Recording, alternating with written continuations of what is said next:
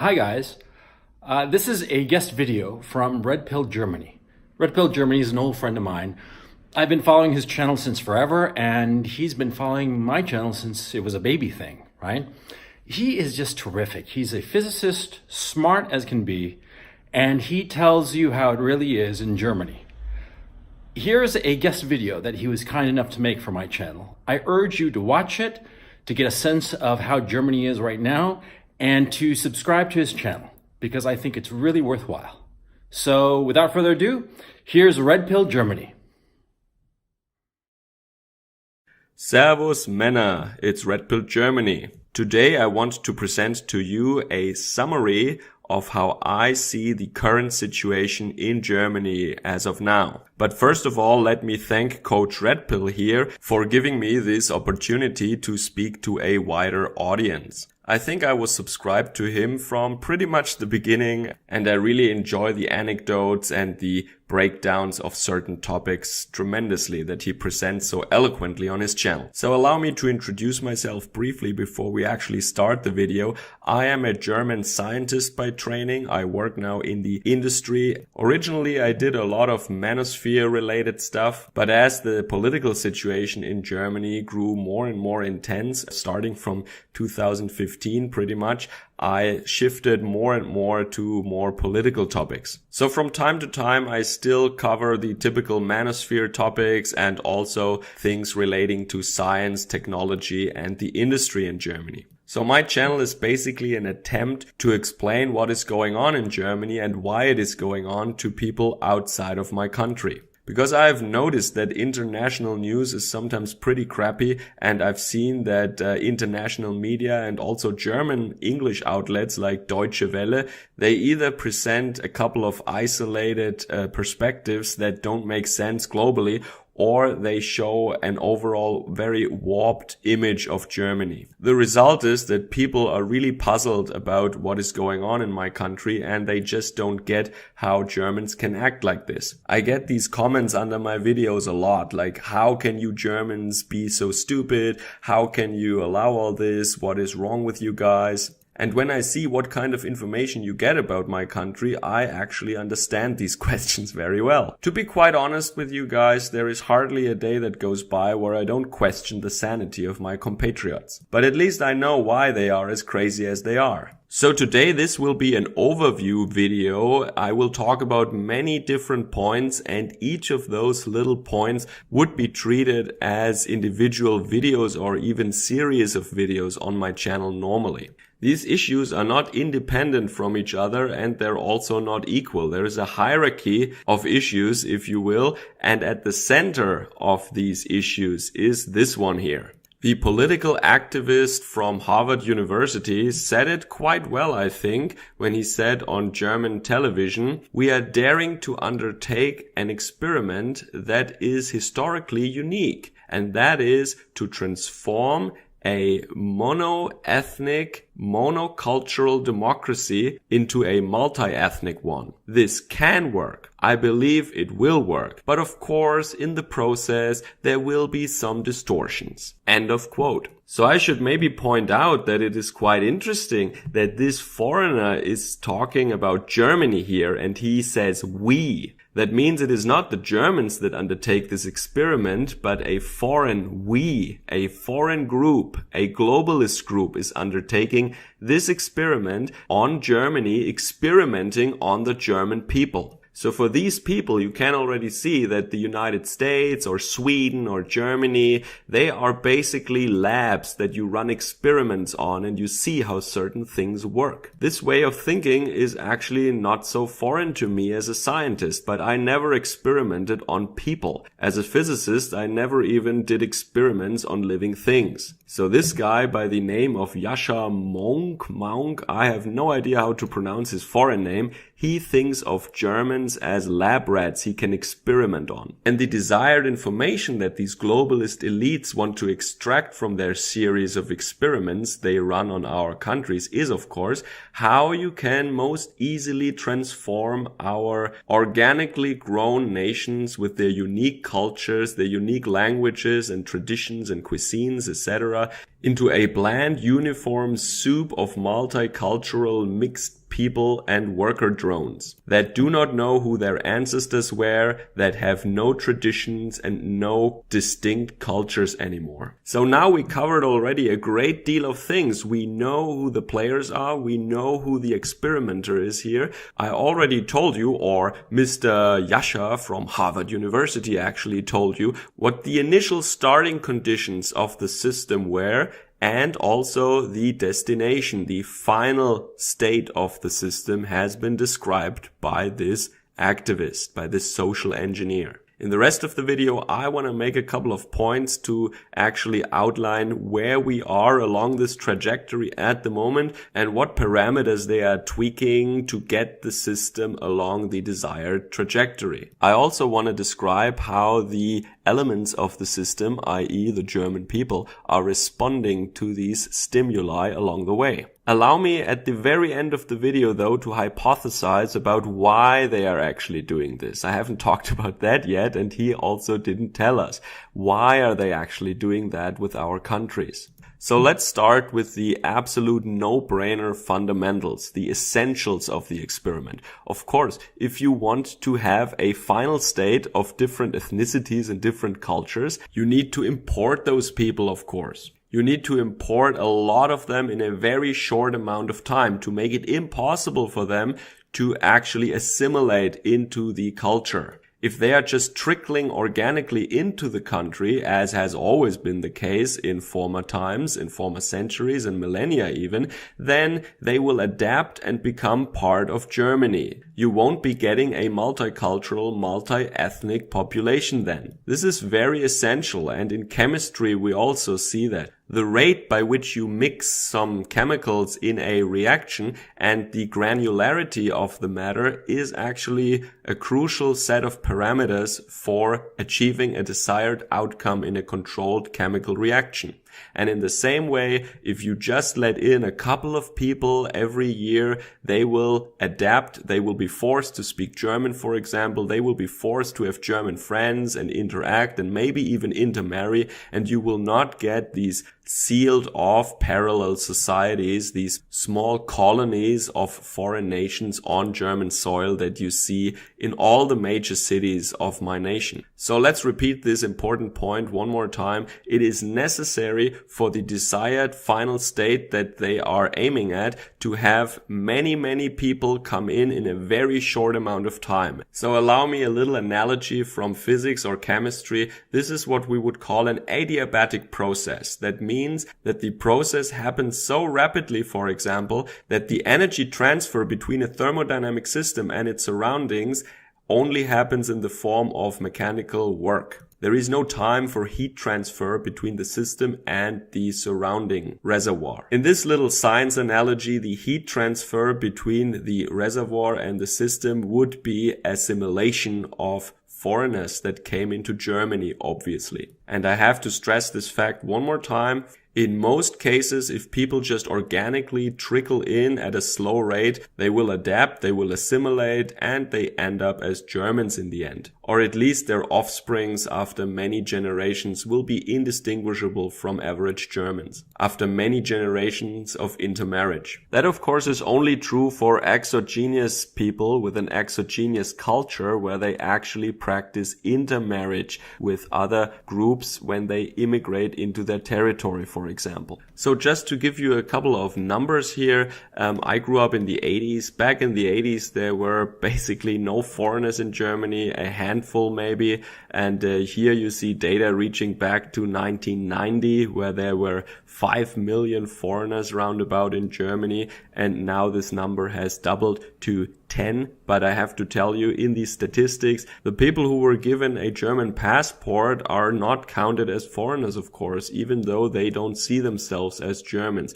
We count them in a group that is called people with a migration background, Migrationshintergrund, and this number is 20 million roundabout at the moment, and only 60 million Germans. So that gives you an idea how the number of non-German people in Germany has really skyrocketed since the 90s. Bear in mind that the overwhelming majority of these foreigners did not organically come in as guest researchers or people who married Germans. No, they came in by coordinated government programs. Foreign countries were deliberately destabilized and then the borders were deliberately opened, just like what we saw in the 90s on the Balkan and also what we see right now in the Middle East, in Syria, Iraq and Afghanistan, for example. None of this was organic migration, this was all coordinated and government funded. So this is in stark contrast, of course, to nations like the Netherlands, the UK or France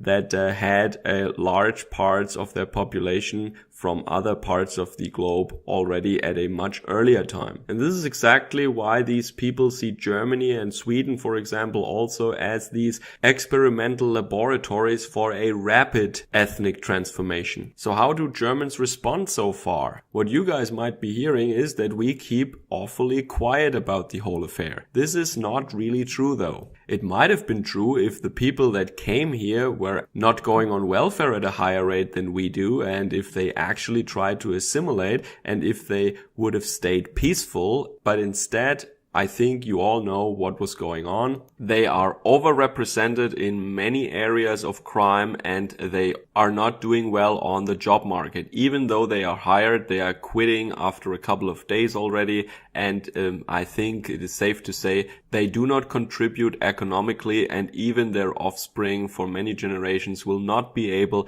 to contribute in a meaningful way to our economy. They also do not identify with our culture and they see Germans as an enemy group actually. Especially after 2015, crime and violence not only at a new quantity level came to Germany, no, these are also crimes of a new quality. You can go back millennia in German history and you will not see crimes such as the ones that we see right now. They target the most weak people in our communities, the children and the elderly first and foremost. And you can imagine that Germans are not really amused about this. But the resistance force that the Germans have towards this rapid change is met by an equally strong oppressive force that consists of many components. The social engineers know quite well how humans react to certain stimuli and incentives. So there is a very convenient way to measure how much the Germans are actually resisting to these social engineering plans, to this big replacement experiment. It might not be a perfect measure, but it is a very convenient one, and that is the amount of votes or the percentage of the votes that the AfD is getting. The AfD, the Alternative für Deutschland, is the only patriotic opposition party in Germany at the moment, and even though they are a very heterogeneous bunch, I would use that number as a rough estimate of how much Germans are resisting to this stuff. And I described that in a previous video. I think Germany is a divided nation on this. There are areas in Germany where the degree of resistance is quite high, and there are areas of Germany that are quite cocked and where the resistance is quite negligible. And this division is of course between the former Western Germany and the former Eastern Germany. So in Eastern Germany, the former Soviet satellite state of Eastern Germany, the GDR or DDR, Deutsche Demokratische Republik, German Democratic Republic, in these states that joined the Federal Republic after 1990, the ratio of ethnic Germans to the general population is still much higher. They also tend to be more patriotic and nationalist, and this is why the AfD scores very well there actually. Just recently, 3 of those states, Brandenburg, Saxony and Thuringia, had their state elections and the AfD scored massively there. But of course, just like in Star Wars, the Empire strikes back. And this is why, in order to crush the little AfD rebellion, the older established parties in the German mainstream have devised a set of oppressive measures. The most obvious one would be Antifa. You might have heard of this dangerous criminal organization maybe. They are basically militant socialists that want to fight the right. And Angela Merkel and her government are making active use of them in order to combat political opposition in Germany. They are funding them. Antifa is state-funded in Germany, and they are basically the shock troops of Angela Merkel's establishment. What they do, for example, is that they regularly attack AfD booths during campaigns in the streets of our towns. They also attack the office buildings of the AfD party, and they also target the families of AfD members and politicians in the same way. The cars and the family homes are routinely attacked by Antifa. Of course, the state prosecutors don't do a thing because, unlike in other countries, in Germany, state attorneys and prosecutors are under the direct control of the politicians. And these politicians are, of course, left-winged. So in most cases, the police is not even investigating. Then another thing is that when parties want to have a convention, a get-together to vote on new candidates for upcoming elections or decide on the program for those elections, when they want to hold meetings just in general, it is customary to do that in hotel ballrooms or in restaurants or venues such as these. And Antifa, when they find out that the AfD wants to have a meeting somewhere, they then threaten the owner of these venues so that they cancel. So in many places in Germany, it became practically impossible for the AfD to come together and hold a meeting. And this is, of course, a direct attack on our democratic process. But once again, the authorities are not investigating. Then you have, of course, the media, and most media in Germany are actually state media. They are public broadcasting services, TV and radio, and also on the internet now you have many public, that means broadcasting radio fee-funded programs. They are all under the direct control of the churches, the politicians, and the unions, for example. All these groups are left-winged and they all weave a dense fabric of anti-AfD, anti-patriotic narratives. The intensity and the quantity of anti-patriotic propaganda is staggering in Germany. Now, another oppressive technique is, of course, to threaten people with the loss of their careers in case they speak their minds. There was a prominent case recently, or not too long ago, in the media where the biggest German labor union, Verdi, that is the service industry labor union, published a flyer with information about how to deal with right-wingers in your company. They actually advised union members to spy on the political persuasions of the staff in their companies and then report on them to the authorities or to management and make sure that they will be fired. I have first-hand experience and knowledge from my own work that this is very much the case, and I spoke to many other people in similar industries also, and they all said the same thing. If you say something in front of union members, you will be fired. So if you think, for example, that global warming is not our biggest problem and that the capacity of Germany to host more new guests actually is approaching its limit sooner or later, then you are the enemy and they will make sure that you will lose your job. Of course, our schools are pretty much indoctrination camps, and you see that especially at our universities, free speech is no longer possible and research at universities is no longer independent and free. There is the prominent case, for example, of one of the founding members of the AfD, who is not even a nationalist patriot, but he is more an economics professor who was against the euro as the common European currency. He is a classical liberal who made a lot of economics arguments against the European currency, euro. He is no longer in the AfD, of course, because the AfD is no longer only an anti-Euro party, but also a patriotic party. Again, he is not a patriot, really. But the German establishment and globalist powers organized a student protest in which they attacked his lectures to make it almost impossible for him to teach his students. Now he has to teach under heavy police protection, and let's see for how long the university still wants to keep him, or they will also fire him because basically left-wing communist thugs are attacking this professor and his students.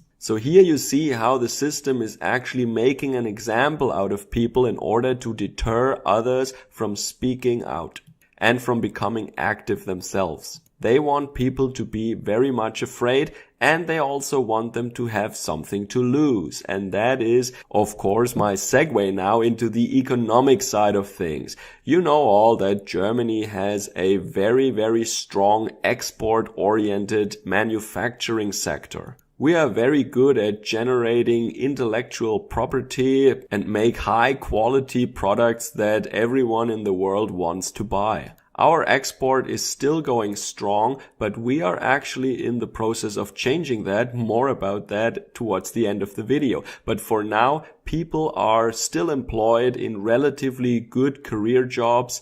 Of course, there is a rising number of precarious jobs also because we change our system in the globalist mindset that we have from the classical German Rhinelandish capitalism, the ordoliberal system, to a more Anglo-Saxon capitalist system.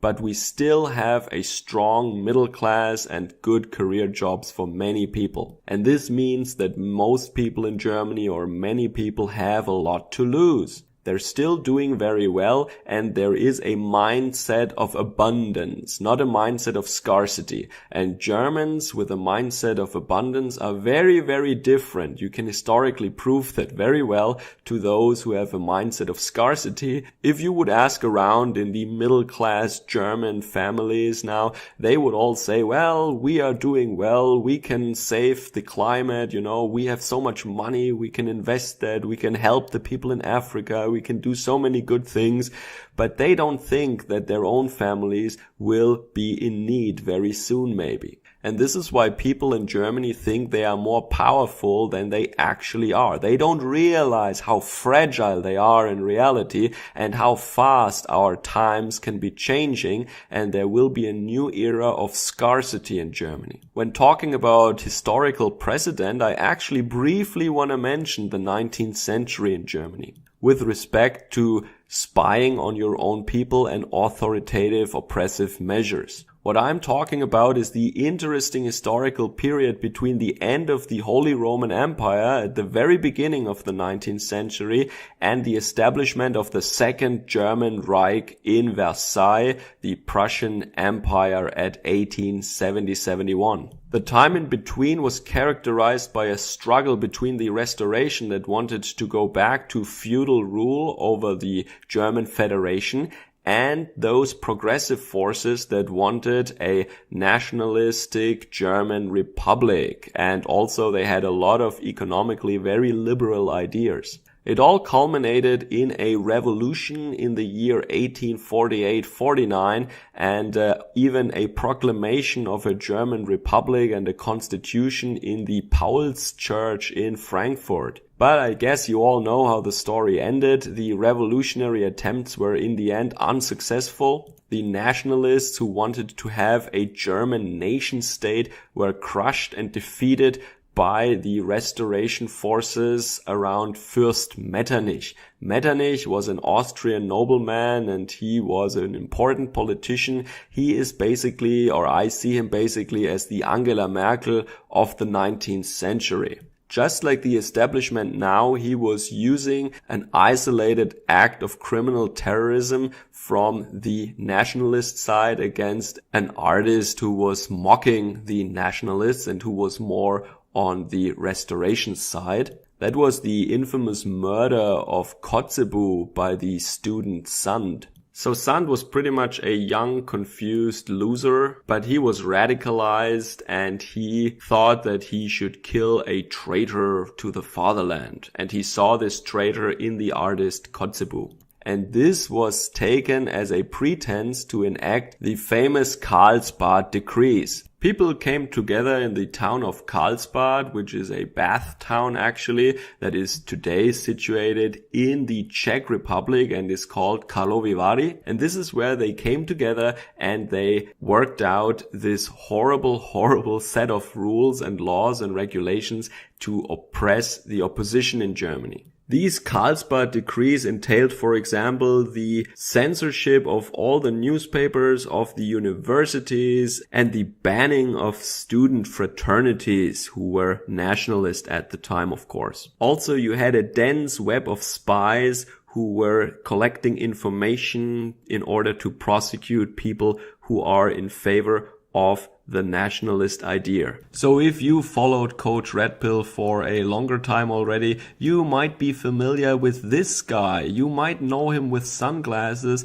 but the guy without sunglasses is actually called Heinrich Heine. And he was a German author who lived at that time, and he also spoke out in a very funny poem against censorship. So this page reads, for example, Chapter 12. The German Censors Idiots.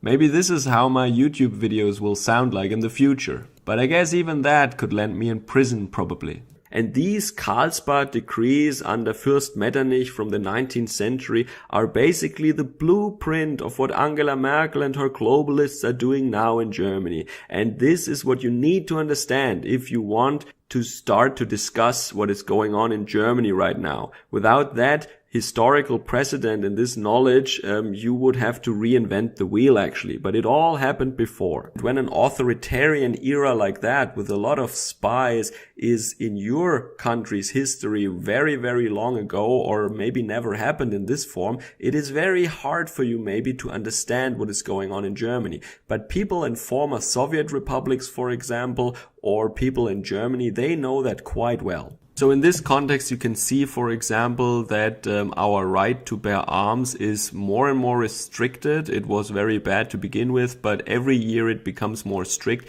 Then also the ability of Germans to buy precious metals will be very much taken away, at least anonymously. So now you can still buy precious metals anonymously up to a price of 10,000 euros. And from next year, of course, under the pretense of money laundering, which is complete BS, it will be reduced to an amount of just 2,000 euros. So you can just still buy 1 ounce of gold with that, for example. And the next thing they plan, of course, is if you want to have a YouTube channel, you have to actually register with the government if you just want to put out material and inform other people about certain issues. That is like in former times when they wanted you to have a license if you wanted to own and operate a printing press. Also, our secret police, our domestic secret service, is now cracking down hard on patriotic forces, and they even installed now a telephone number that if you are a concerned citizen, you can call there and report nationalist and patriotic people at your workplace and at your community. It is very sarcastic and actually a very dark humor that they explicitly put on there that this telephone number should not be abused for ratting out people you don't like, but actually only for legitimate serious cases. Wink wink. So this just gives you a flavor, just an impression of how crazy and oppressive Germany has become right now. The system actively tries to incentivize Germans to spy on their neighbors and report wrong thing to the authorities and the secret police. So they can kick your door in and drag you into a secret prison for a comment you made on Facebook. These things I just mentioned are not a joke, by the way. This is not hyperbole. These are all things that were recently discussed in the aftermath of the state elections in Thüringen, Sachsen and Brandenburg, where the AfD scored so high. I actually should tell you that mainstream journalists actually were calling for a special resettlement program to flood our eastern states with foreigners so that they would actually make it impossible for the AfD to succeed in the future by means of the ethnic vote. Now, the ethnic vote is a principle that you can see very well in the United States, where you see that visible minorities don't vote according to their political or philosophical persuasion, but they vote strictly along cultural and ethnic lines. The program of the parties is of no greater interest to them. All that matters is how does that benefit my ethnic group. So the importation of Democrat voters in the United States, for example, is causing maybe the state of Texas to swing blue in the future, and it might never go back red. And the same principle they overtly wanted to implement now in Germany in the aftermath of our state elections in the East. And again, this is not hyperbole. I actually added that to the video now because this is really brand new recent information that surfaced. So what was the outcome back then? So in 1849, a lot of disillusioned people who lost a lot of friends to the revolution, and they realized that they cannot safely stay in Germany. They and their families would be killed or imprisoned. They have to leave the country. And at that point, a lot of Germans actually went to the New World, to America. And this is why a lot of white Americans today actually have German ancestry and not so much Anglo ancestry. Germans were one of the largest group of immigrants that came to Northern America. And what did the other people do who remained in Germany? Well, this is a time that we call Biedermeier. It was a time where people avoided to speak out about political things or controversial issues in public, and they instead sought refuge in their own apartment, in their own family home. This is a time where people put immense efforts into creating very, very beautiful living rooms, and they were reading books and reciting poetry and listening to chamber music, trying to arrange themselves or make peace with the fact that they cannot speak out politically and they cannot really shape their own destiny, but they must live in this very authoritarian society. They tried to make themselves comfortable as best as they could in a non-ideal environment. And this is again what we see today. People are having barbecues and they watch football and they go on vacations twice a year. They have the most luxurious living rooms and they have the most exquisite hobbies and foods that they eat. They try to make peace. They try to make the best out of a non-ideal, very unfree society. But of course, these spaces in which people are left alone are shrinking by the day, as you all know. Everything in the private life of people becomes politicized these days in the current year. Now you can't even eat meat anymore, and now you can't even use a car anymore without becoming a sinner in the New World Order. And this is an aspect I want to bring up in the end, where I want to say that maybe these globalist forces that we see on the right as a big conspiracy are not as coordinated as we think they are. A lot of them are groups that actually only have aligning interests in some fields, but conflicting ones in others. So I hope you are not too tired from these inconsistent ravings of mine, but please bear with me here. There are very strong forces, for example, that want to deindustrialize Germany. I talked about our export economy, and that is the automotive economy as a big part, for example. Nowadays, people are fighting against the internal combustion engine. And political parties such as the Green Party, for example, they want to transform Germany into an outdoor petting zoo, an outdoor museum basically. A national park, if you will. But we should have no more manufacturing because that produces CO2 and is evil. The problem is very obvious. If you want to transform Germany into this multi-ethnic, multicultural territory, then you actually want to boil the frog slowly. That means you want to implement gradual small changes that the people accept, and then they just realize what happens, if they realize anything at all, when it is already too late. The problem here is when major waves of immigration that rely heavily on welfare and tax revenue are coinciding with a program to deindustrialize our country. That means you will take away all the tax revenue that is coming from the industry. And let me just tell you, by implementing all these changes for regenerative energy, like we switched off nuclear power, we want to switch off coal power now, and our electricity prices are rising, and also we want to deindustrialize Germany. All this is very expensive, and adopting all these foreigners now is also very expensive. So you have to see that Germany had an economic boom for almost 10 years now. But instead of investing into our people, into our infrastructure, we adopted new liabilities. We spend our money on nonsensical environmental projects,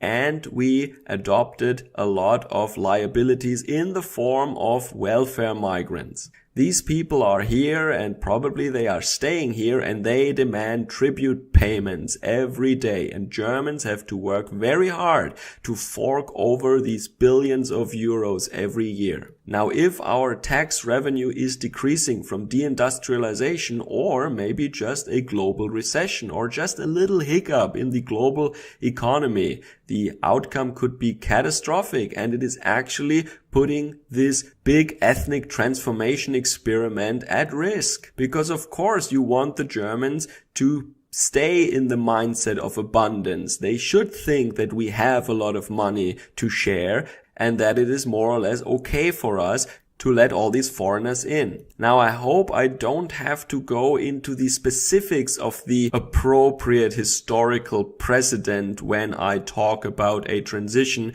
from a mindset of abundance to a mindset of scarcity and what that does with us Germans. I think you all know what I mean. It has something to do with Versailles, but not the Versailles thing that I mentioned earlier from 1871.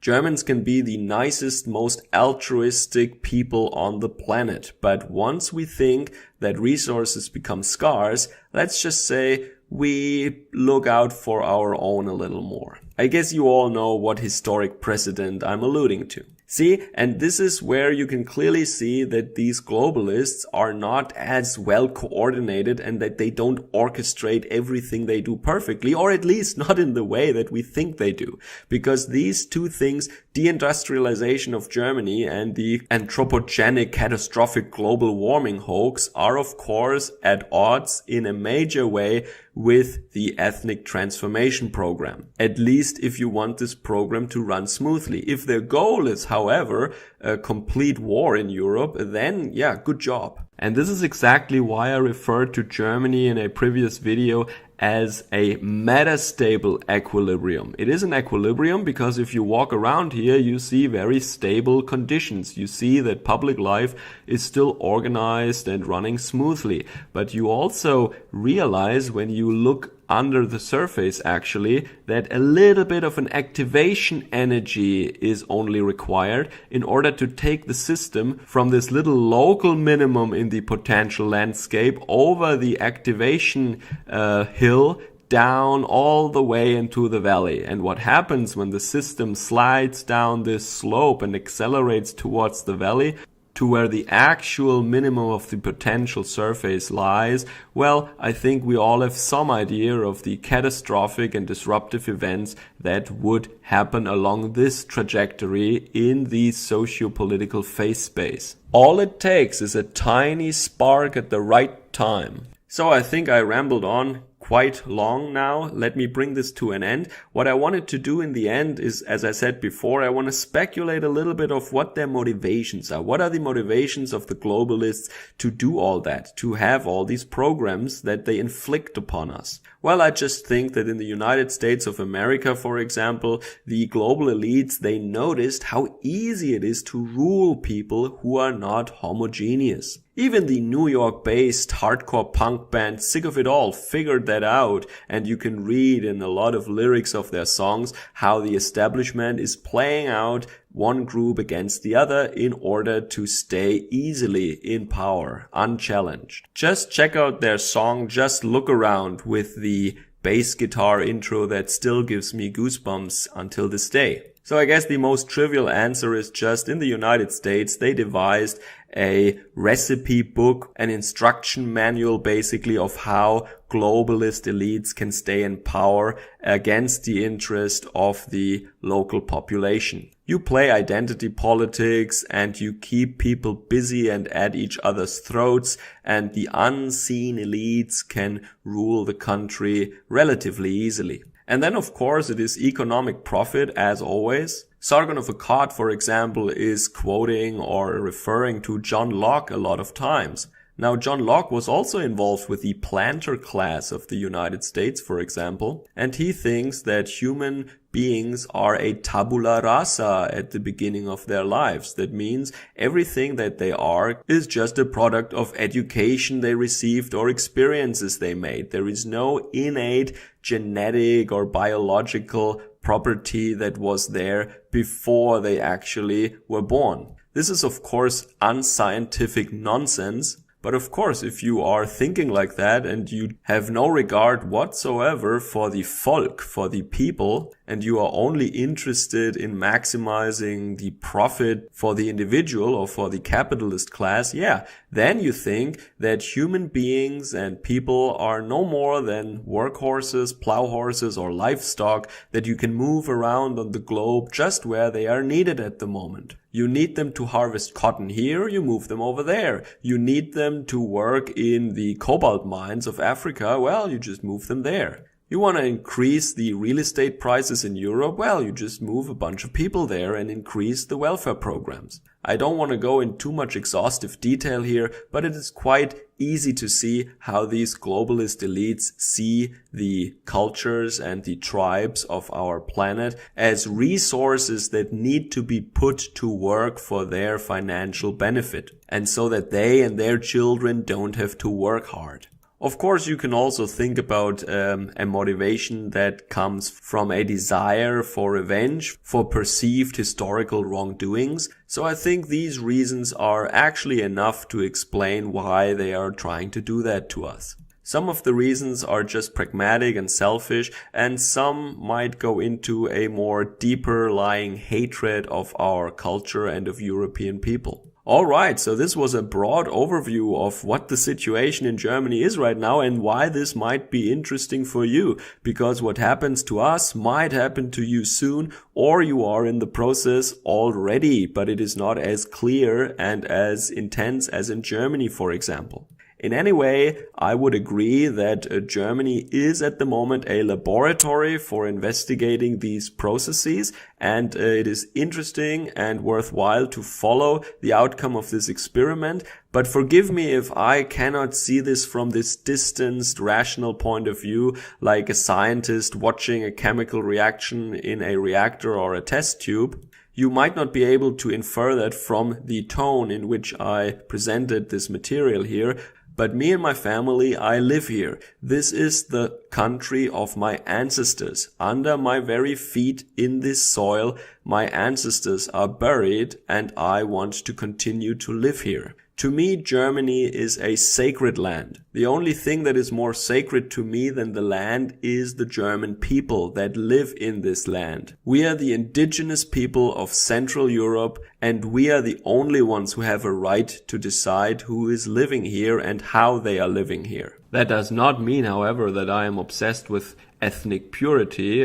People who know me know that this is actually not at all the case for me. But loving your people and loving your culture and trying to protect and preserve them does not mean that you have to live according to very strict and extreme rules of racial purity. So now you'll know a little bit about me and my perspective, and I would be glad if you would take the time and follow the link down below to my channel. Check out my material, and maybe if you like it, you could subscribe to me, and I will make sure that also in the future you will be informed about what is going on in Germany. Enjoy the rest of your day. Be safe wherever you might be. Servus, Kameraden.